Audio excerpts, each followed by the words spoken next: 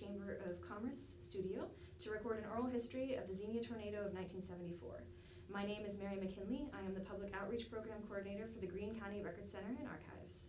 Would you care to introduce yourself? Sure, I'm Joanna Mikel. Rogers was my maiden name, and we lived on Arrowhead Trail, so I'm here to talk about what I experienced. So where did you grow up? I was 5 years in Dayton on Dorothy Lane, and my mom and dad actually bought the home on Arrowhead Trail. It was brand new brick home, and so from that point on, just turned 5, and lived there. Actually ended up living there until I married. I left for a little while. A sister of mine passed away, and my mom and dad moved into her home, and I moved into Arrowhead Trail, and then started to raise my children, and then moved at a later point to Beaver Creek. So, can you tell me a little bit about your childhood experiences in Xenia? It was a beautiful town. It was neighbors that cared. I know that the times in today are so different, but I remember walking home from kindergarten from Simon Kitten before Arrowwood was developed. That was the new elementary that was just up the street. And just real involvement. It was good friends. We played in the water when it rained, just had a good time. So it was a great place to live. So you went to Simon Kenton's school? Mm-hmm. I did from kindergarten to 3rd grade, and in the start of 3rd grade is when we went into Arrowwood. We were the first ones in. And so I went to Arrowwood Elementary, and then Warner Junior High was where I was at when the tornado hit. How old were you? So you were in junior high. How old were you? Right, I had just turned 15 March 3rd, the month before. Can you walk me through that day, kind of maybe starting in the morning? So up, ready for school. We were going to have our banquet. I was a cheerleader for the basketball team, and we were going to have our banquet that night at Warner Junior High. And so I remember going to school, and it was just a walk a block up and around the corner from home. But the weather was crazy. It was an odd color of the sky, and I remember the wind blowing, and you're thinking it's going to pour down rain, and then all of a sudden it was real hot, real warm. And again, this distance was only a block, if you want to call it, around the corner to the school. So you went to school. What time would you have left school? Left school, now we're talking a few years. But I would say that I think it was 3:30. I know that when I got home, I was getting ready for the banquet. And so I had the t-shirt, the cutoff jeans, I had a pair of socks on my feet, no shoes, hair up in curlers. And my dad, who had worked overtime for 2 years, 2 hours every day, that day got off on time. And so when he pulled up, it threw me off. But we also had a TV that had the push buttons for the stations. And I was watching a channel, and it was like someone pushed the button and changed it. And I thought, well, that's crazy. What made that happen? Dad comes in the door with my mom. And my mom worked at Vernay's just up the street. He picked her up, and she was the only one that was allowed to leave Vernay's. And my mom runs in, Dad runs in, Mom says, it's coming, I gotta call your sister. Takes off for the bedroom. Dad says, come here, I wanna show you something. So I came to the front door, and it was starting to spin up in the air. The first one, didn't realize there were so many that were gonna combine together. But all I saw was this one. My dad, all my life, had asked me ever so often, Joni is what I was called growing up, what are you going to do if a tornado's coming and you're in your car? I thought it was the craziest question. But, he taught me, get out of the car and lay down in the ditch. What do you do if you're at home and the tornado's coming? You get up against the wall it's coming towards, because you want things to blow up and away from you, not into you. So when Dad ran in, his first question to my mom was, where are we going to go? He was panicked because he was the adult, right? I looked at him, calm as can be, and said, Dad, we get up against the wall it's coming towards. And it's like I snapped him back in to remembering. And so we did. We laid down. My mom laid down. I laid down. Dad laid over top of us to try to shield us. And then we began to hear all the trains coming.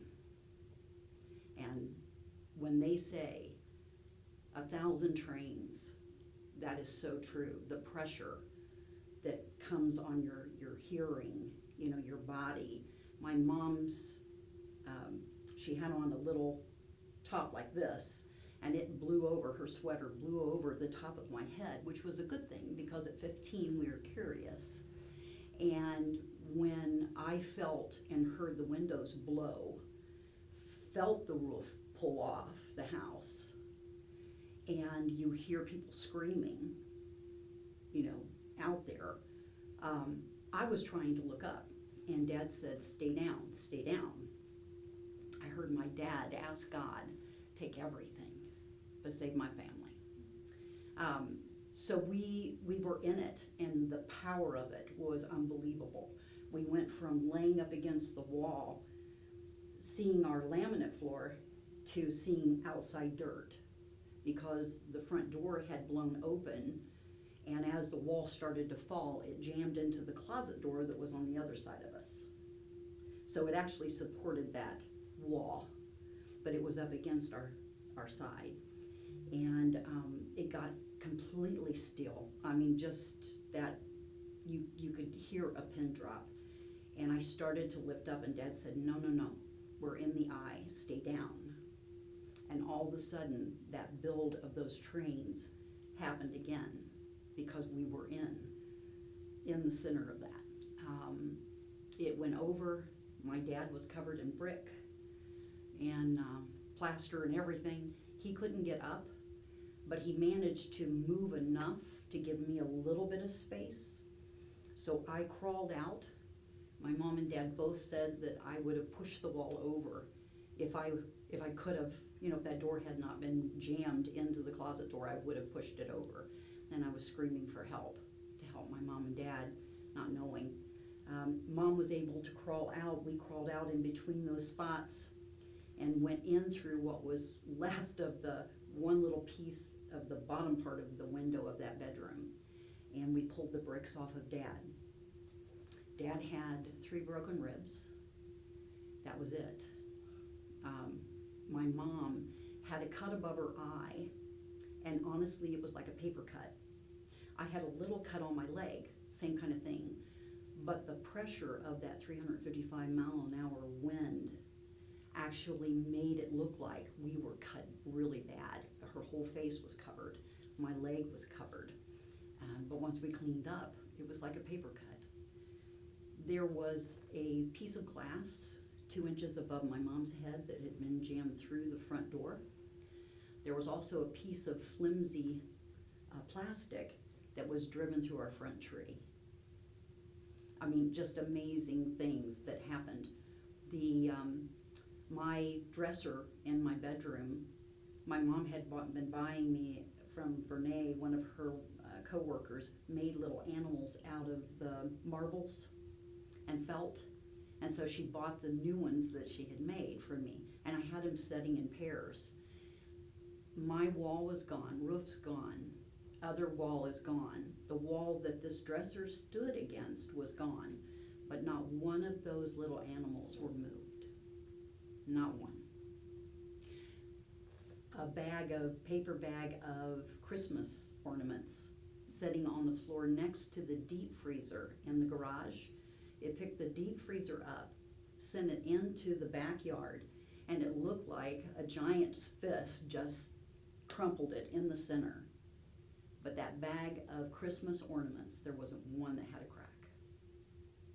So that's how unbelievable a tornado is. There's no rhyme or reason. So, of course, since you were under the rubble, your first thought was to get to Dad. Yes. When did you realize kind of the scope of the damage? Whenever we came out, it was as if a bomb had dropped. It was devastation everywhere, just all around us. Again, people crying, people, begging for help. We saw neighbors that we would look at each other and go, okay, you're okay. My oldest sister was 18 years older than me, and she worked at Greene Memorial Hospital. And she was supposed to be home on her way in that time frame down that road, heading to her home, which was actually in the new part of Arrowhead, across New 35, over in that section, a new home, which was also hit. But she had not left. She actually was held back a little bit on her time, and when she started out the door, she saw the tornado. Went back inside and said, there's a tornado, shouldn't we be doing the tornado drill? And we all, from that point on afterwards, we chuckled about the fact she called it a drill. But, but they did instigate that and then wouldn't let her leave. So she ended up taking the back roads, coming up 35, saw that the ambulance and police were lights on and honking their horns. She put on her flashers and went on the opposite side and came up behind them. They stopped her, asked her, what are you doing? And she found a pay stub for Greene Memorial, crying, and held it up. They said, okay, go. But she didn't head to the hospital. She was heading for Arrowhead Trail. And we had already left to try to find her. So every vehicle that we came across, Mom would break down because she thought it was Jan's car. It could be a red truck, a white car. Hers was blue, but she wasn't in it. And but it did take us a while to connect, right, to find out that we were all okay.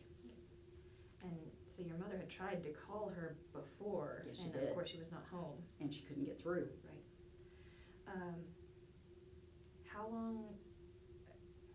How quickly did you go to find your sister?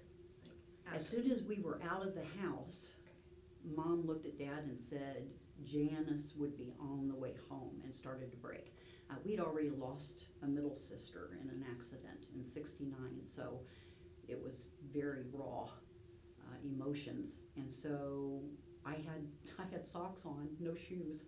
And so we ended up walking up Arrowhead Trail, down Bellbrook, and that's when we were walking, and you don't think about it at the time, and you see things and then you don't see things. There were live wires that people were calling out, stay off that side, stay away from that, broken glass and everything. And I'm walking with a pair of socks on, through all of this. And we ended up coming in contact with a family that lived up on the hill from us, that we had been friends all my life. We were like family. And Mom and Dad sent me with them as they continued to look for Jan. And I know why they did, was to try to protect me in case they did find Jan on her way. But then now I'm separated from Mom and Dad. Jan doesn't know we're alive. You don't have cell phones, there was no way to connect and contact. I remember whenever the sirens went off again and they said another one is coming, and they pushed us into a building down on Bellbrook. And so now I'm away from Mom and Dad. I'm away from my sister, and they believe that another one's coming. The hail that fell, size of softballs, just unbelievable pain as they hit. And then we were okay. They said okay. I went up to the friend's home, and it took a while for Mom and Dad, and my uncle lived in Dayton, and him and his boys came and walked the fields to get to us. And got to Mom and Dad. Mom and Dad knew where I was at. They were able to get with me. And then it wasn't until much later that evening that we were able to finally connect and find out that Jan was okay. How did that happen? Where were you able to find that out? She was able to get outside of Xenia, make the call to my uncle. Okay. And my uncle said, I've got him here. Okay. And she remembers, her story was as she walked up to what was left of the house, and someone who was trying to help get people out or find out if there were lost people said, do you know the people who lived here? and said it in a past tense. And she said, "This is my mom, my dad, and my sister, my baby sister." And he said, "Well, we haven't found anybody, but you know, if we do, I need help in being able to identify." And she didn't at the time know she was expecting, but her emotions were just off the charts. And she said at that point in time she had to get out of Xenia to try to figure out who she could get to help try to find us, and that was my Uncle Glenn. I'm glad you had him. Yes. Certainly. Yes. So that night you were with him? That night we were with him. And then I ended up with a friend that their family, their home was fine in Xenia, and so Mom and Dad let me stay with them so that I could go to school once we got to that place. Right. But up until then, that's where we stayed. Yeah. So what was that next week like? Oh, chaos. Just chaos. You know, it's devastation. So you realize that everything that you own, you don't know, is there anything left? We were able to get, quite a bit of the memorabilia. The pictures and things had been protected by the plastic tubs, but it was just amazing to finally be able to go back. And I think that was 2 or 3 days later before they would let us come in and take a look and start to pull things. And you're just pulling it out of a bomb explosion. That's the only way to describe it. But just trying to figure out, what's there. We had a dog, Dominic, was a poodle. And when it happened, I had tried to get a hold of him, and he ended up getting away from me. In the chaos of everything, we couldn't find him. 3 days later, when we're able to go back, he's on my bed, what's left of it. And he's just shaking, and my dad's calling him to come to him because there's too much stuff. So he's trying to reach out to get him, and it wasn't until he could touch my dad's fingers and then he just lunged at him, and Dad grabbed him, and he was okay.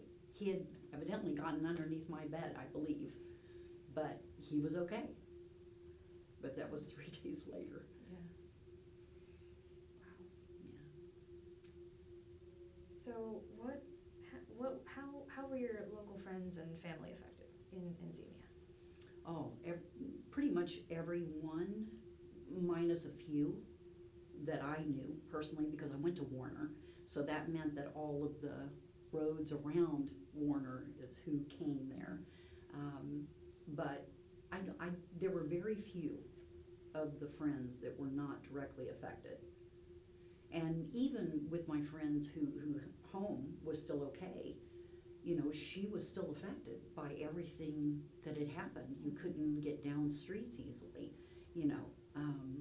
everything was blocked. Everything had all the stuff, National Guard, and all of the volunteers that came to try to help us. It was pretty amazing. And before the interview, you had mentioned your direct neighbor's house, Mm-hmm. and a little bit about that layout. Yes. Could you tell me more about that? I sure can. Mr. and Mrs. Riggs and their son and twin daughters lived, if we were looking at the house, lived to the left. And both of our homes were L-shaped. So the bedroom was the same, that came out to make that L. The garages were off to the left. We were where I had shared, Mom, Dad, and I, between the bedroom and the front door in our home. They went to their garage in theirs. After the tornado, they were okay and we were okay. But what was the devastation of the most in each home was in the opposite places for us. So our garage completely gone, back wall gone, side wall pieces and parts, front wall pieces and parts. There's the bedroom that stuck out, nothing there. So had we been in opposite places, the devastation probably would have been worse for both families. So if your garage was destroyed, presumably the car was destroyed. So what was your parents' what was the schedule for getting back to work? When did that happen? Oh my gosh. They actually, all of the companies really worked with everybody. Mom worked at Vernay, and that was hit a little, not as bad up the road. Dad worked in Dayton, Beaver Creek actually. He worked for Eleno. And so the work locations were fine, but they really gave both Mom and Dad, the ability to try to get things together.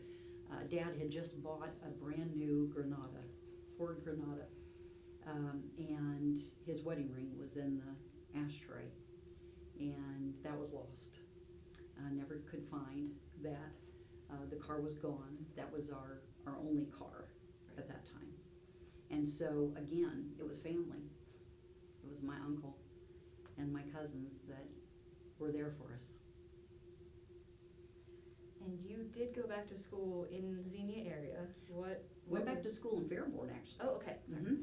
So what happened was they Fairborn worked it out where their school would go from a certain time to a certain time, and then we would come in and do ours.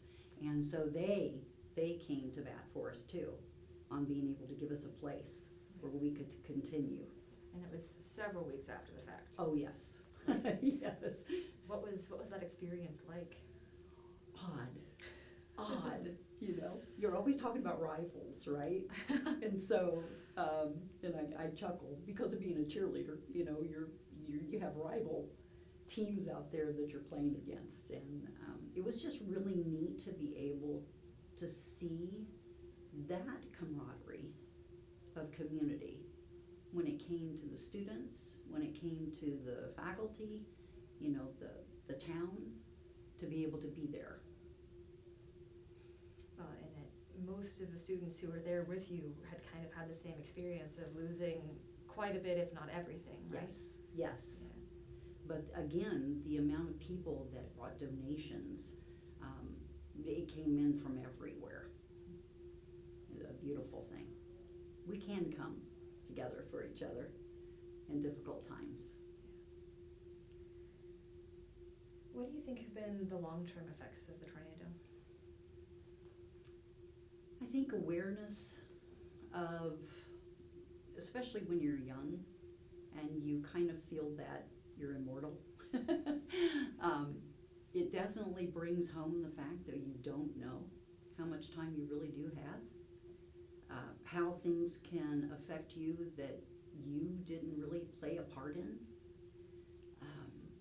Sleep took me a long time not to have the wind pick up outside without pulling me up out of my skin. My husband, Steve, bless his heart, he really walked me through that.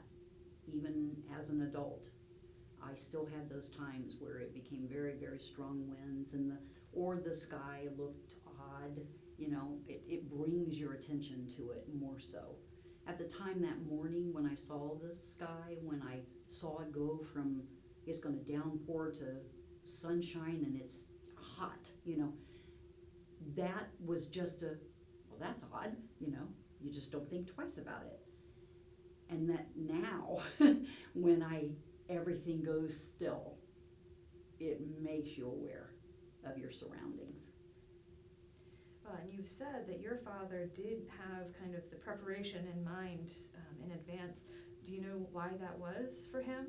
No idea. We talked about that afterwards, and he said, I don't know. I felt like I needed to make sure that you knew what to do. And I would relate that to God. Yeah. That was his touch. Yeah. And for me to be able to remind Dad. Yeah. Just calm as can be. I ran across the street to tell my piano teacher's wife, who was standing by her double sliding doors at the back, holding the hand of one little one with the baby in her arm, and they're all looking at this tornado that's coming down, what we thought was one tornado, and they were in awe, and I was in awe of seeing this thing. Oh my gosh, that's what you talked about.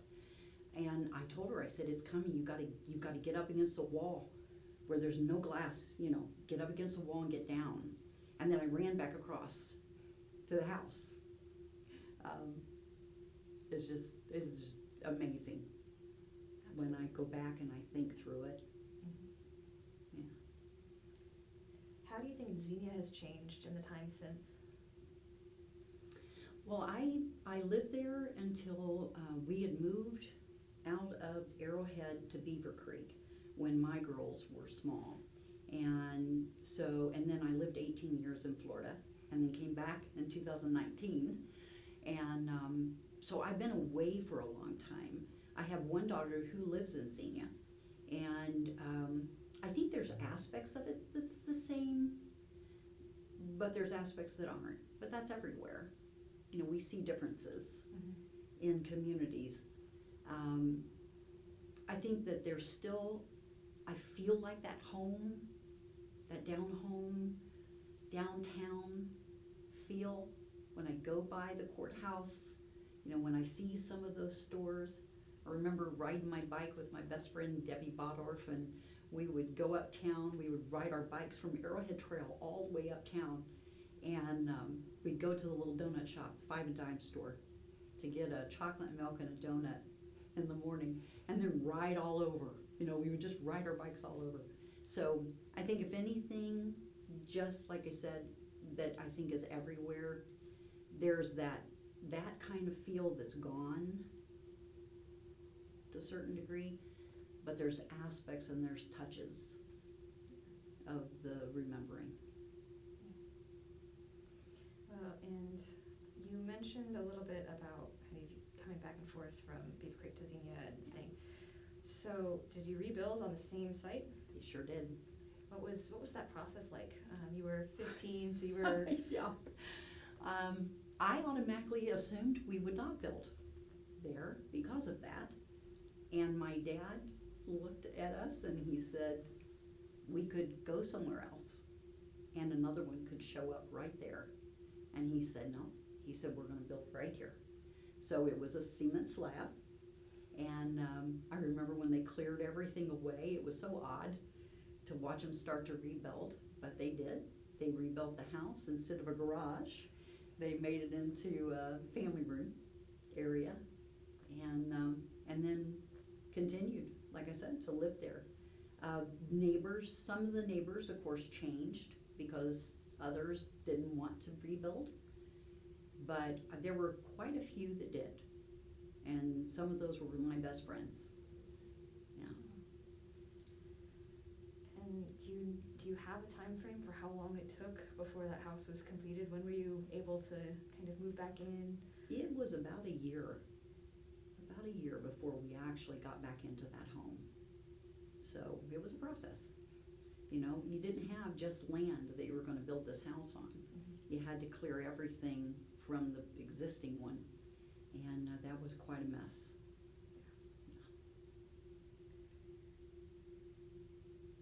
You did have friends who moved back into the same neighborhood. Did you talk about the tornado and your experiences amongst each other? Oh, yes. Yeah. Oh, yeah. Robin Abels, Clemens now, Johnson maybe. But Robin was my best friend. She lived down around the corner, a couple blocks away. We had the Hunters, who were right around the corner, Terry and his family. And that brought us together too, just being able to share our emotions. And I think that's important, that you're able to work through that. But I think we did as a family, and I think we did as a community in talking through it. But we did. Talked about what each one of us had experienced. Another dear friend around the corner from me, Debbie, her and her sister were elevated off of the floor in the hallway with the power of it, and she grabbed her sister and held on, and it dropped them back down again. So it was pretty amazing to hear everybody's stories of what took place. Not everyone experienced exactly the same. Are there any other details about your experience you want to share?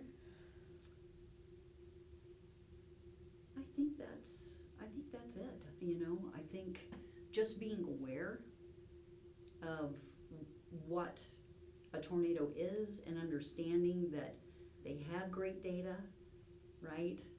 They track them, they try to understand them, and I think there's aspects that they do, but I think my neighbor and our house is a good representation that they are so unique in what's capable of happening. It could hit and jump and just go back up into the clouds. It could hit and jump and miss 5 houses and take out another. In our case, because of all of the cumulative tornadoes that came together, it sat down and it stayed down. And so for that 1.5 mile wide funnel, you know, you just, again, you don't know. So the best thing to do is to be aware. Mm-hmm. Be aware and do your best. Well, Jo, thank you so much for your time Oh, and it's my sharing pleasure. your experience. Absolutely, thank you.